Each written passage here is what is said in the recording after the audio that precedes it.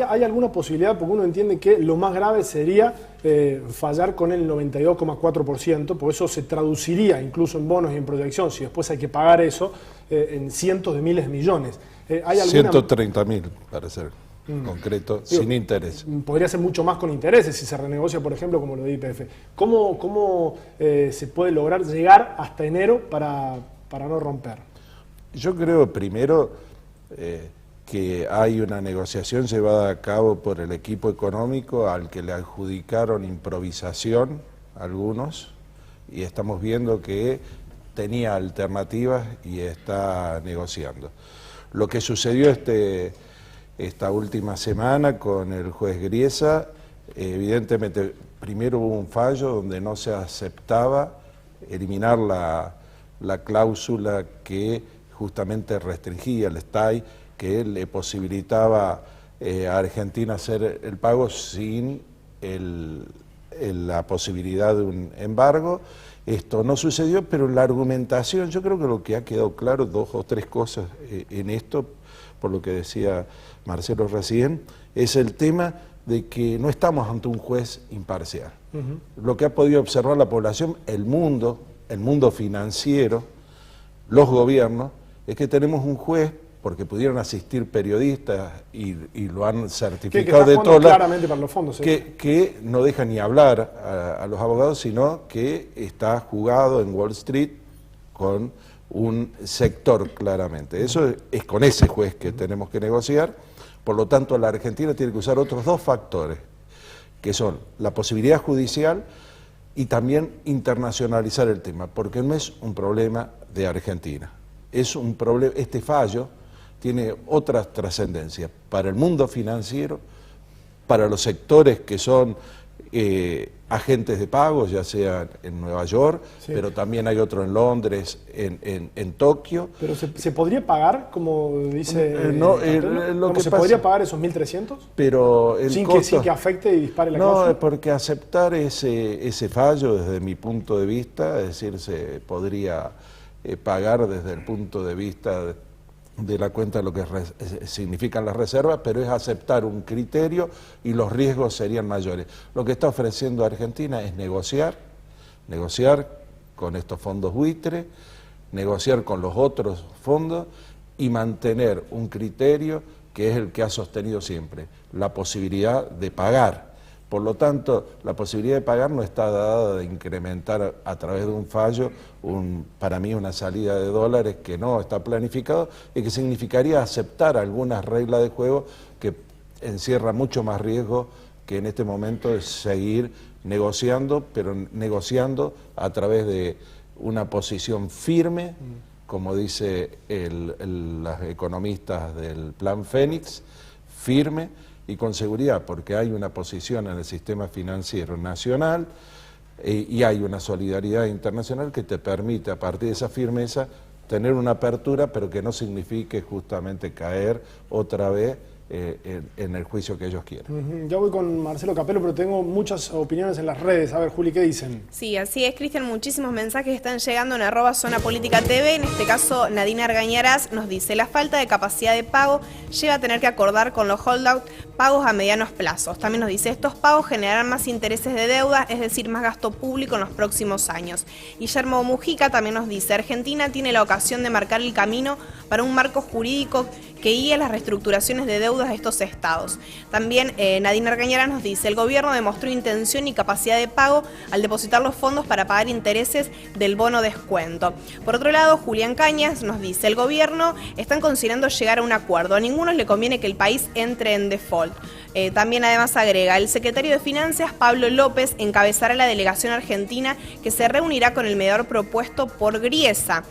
Nadine Argañarás, por su parte, nos dice: tendremos días de alta volatilidad en los mercados financieros, pero se llegará seguramente a un acuerdo. Guillermo Mujica también nos dice: hay dos bibliotecas para la clausura Rufo. Una es que si obliga al juez no rige y otra que sí. Mejor no arriesgar.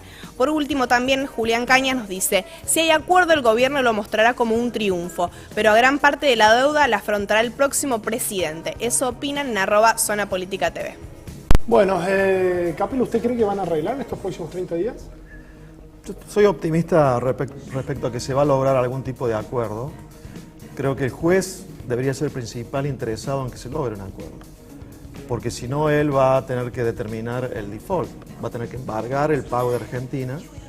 Y yo creo que lo que ocurrió el viernes en ese sentido es positivo para Argentina, porque el juez podría ya haber embargado hoy, hoy es martes, podría haber embargado ya, y lo que ha hecho es dejar sin efecto el pago de Argentina para dar 30 días para negociar. Creo que ahí el juez retrocedió. Entonces es una señal de que posiblemente no esté dispuesto a fallar para que se provoque el default de Argentina, por las consecuencias que eso tendría para Argentina y también en términos internacionales.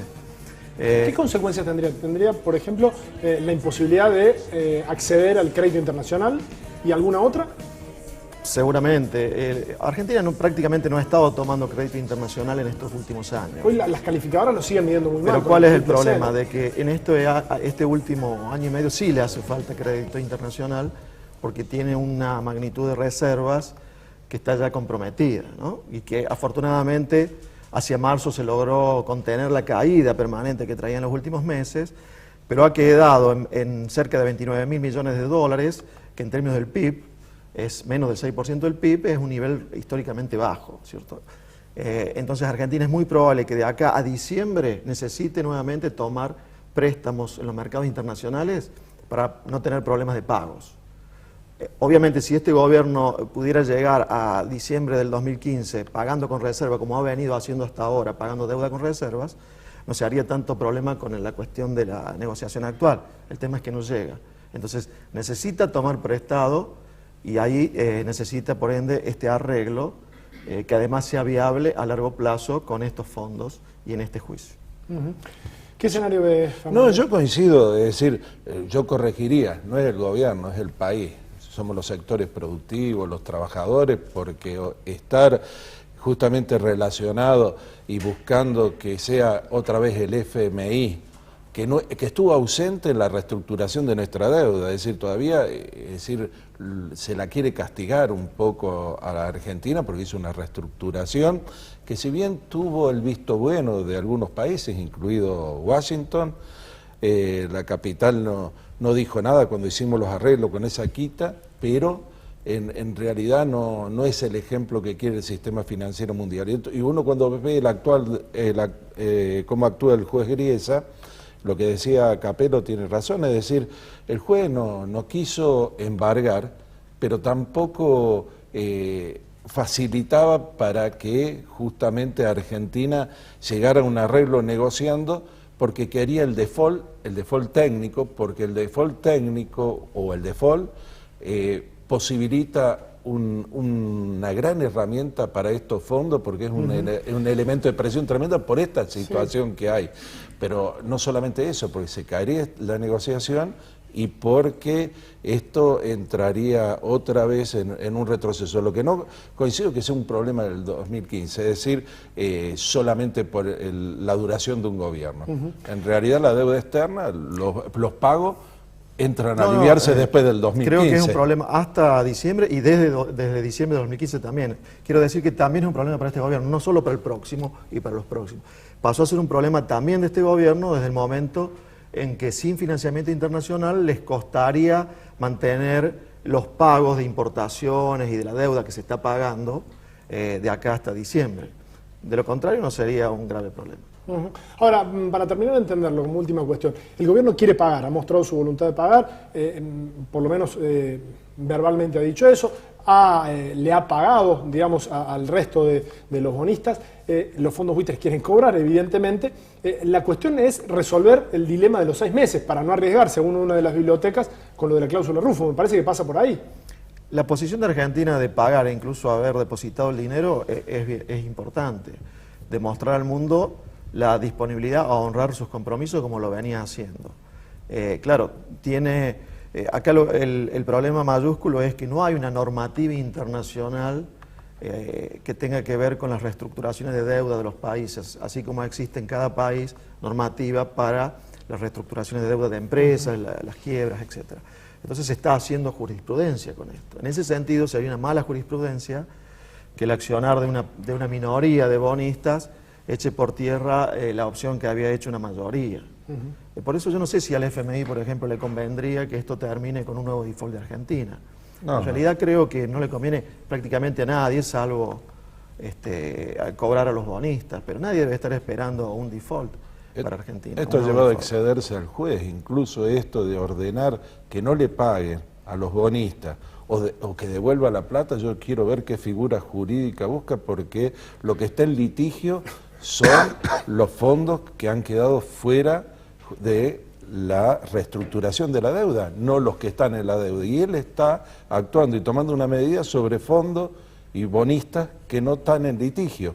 Por lo tanto, o que devuelva la plata. El Banco Central no le va a aceptar la plata. Es decir, va a haber en el juego jurídico, esto también que dice Marcelo, cuestiones inéditas y que van a significar, pero que exige en el interior del país también unidad y no tratar de sacar ventaja. Cuando uno ve que no se concientiza y en esto tiende a extender un temor de un crack y de todas las tormentas, hay que recordar que estos fondos buitres han hecho 900 acciones de embargo, entre ellas la de la fragata Libertad. 900 vienen haciendo hasta ahora. Es decir, que no es un gobierno que viene improvisando en este tema. Muchas gracias a los dos por venir. A ustedes. Tenemos más opiniones en las redes sociales. A ver, Juli. Así es, en este caso Gustavo Buzo nos dice: la solución es más política que económica. Las nefastas políticas neoliberales en el banquillo de los acusados. Guillermo Mujica nos dice: ahora se preocupan por quién afrontará la deuda, pero nadie recuerda la fiesta neoliberal de hace 15 años que no podemos salir. Nadine Argañarás nos dice: arreglar con los buitres es condición necesaria para lograr los dólares que la economía requiere para minimizar la recesión. Guillermo Mujica también dice: arreglar con los buitres conlleva poner en riesgo el futuro de los argentinos por varias generaciones. Por último, Julián Cañas nos dice: el gobierno no tuvo estrategia clara con los holdouts, pero un juez no puede decretar el default con el 0,6% de los bonistas. Esto están opinando en @ZonaPolíticaTV. Muy bien, muchas gracias a todos los invitados. Nos vamos a la pausa. Enseguida estamos charlando aquí con Gustavo Córdoba, consultor político, y con Víctor Mazalay, politólogo, sobre el procesamiento de Vudú, distintas miradas políticas y de imagen. Vamos a charlar un poco con ellos. Nos vamos a la pausa. Mañana juega Argentina. Uruguay se volvió a casa. Le ganó muy bien Colombia. Lo fue a recibir el presidente uruguayo al aeropuerto de Carrasco. Ahí estuvo Mujica y se despachó con todo contra la FIFA. Esto fue lo que dijo. Presidente, ¿qué significó para usted este mundial? Cuénteme. ¿Qué le quedó? Que la FIFA son una manga de viejos hijos de puta. ¿Hoy? ¿Lo publico esto? Publicalo, por mí.